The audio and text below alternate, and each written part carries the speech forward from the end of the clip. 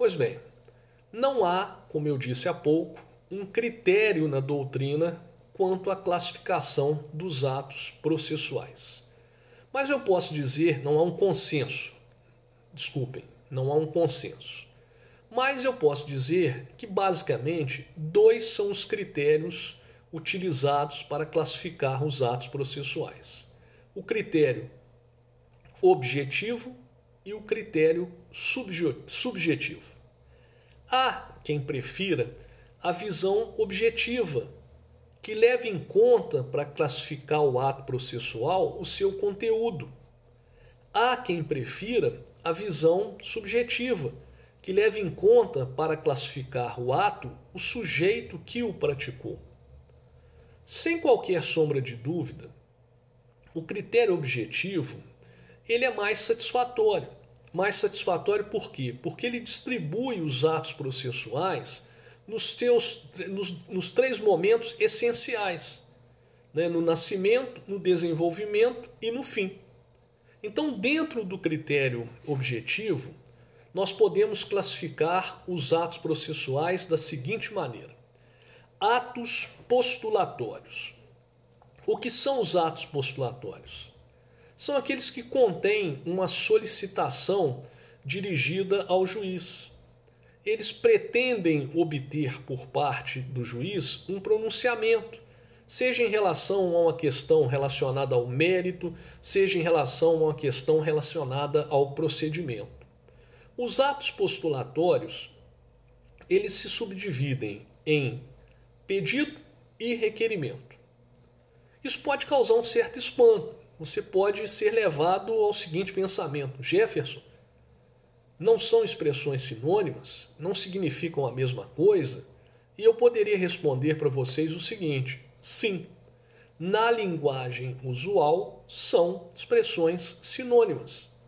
Eu peço, eu requeiro. O significado é o mesmo. Mas na linguagem processual, não.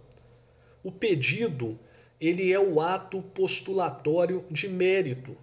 É o bem da vida pretendido pelo autor.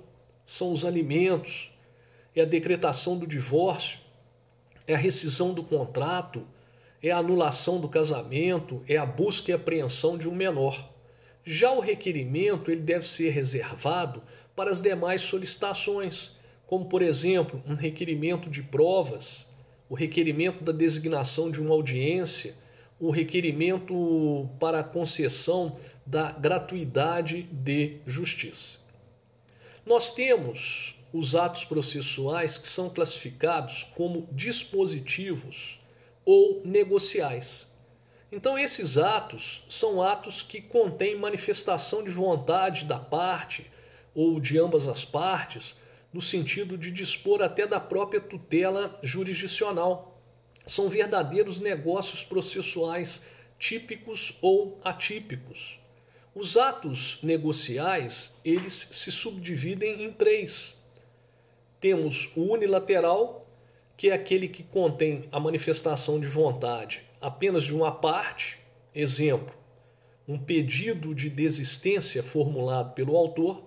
Nós temos o contratual, que representa a manifestação de vontade de ambas as partes. Exemplo, o autor pretende receber do réu em juízo a importância de R$ 9.000. O réu faz uma proposta para pagar esse valor em 3 prestações fixas de R$ 3.000. O autor concorda.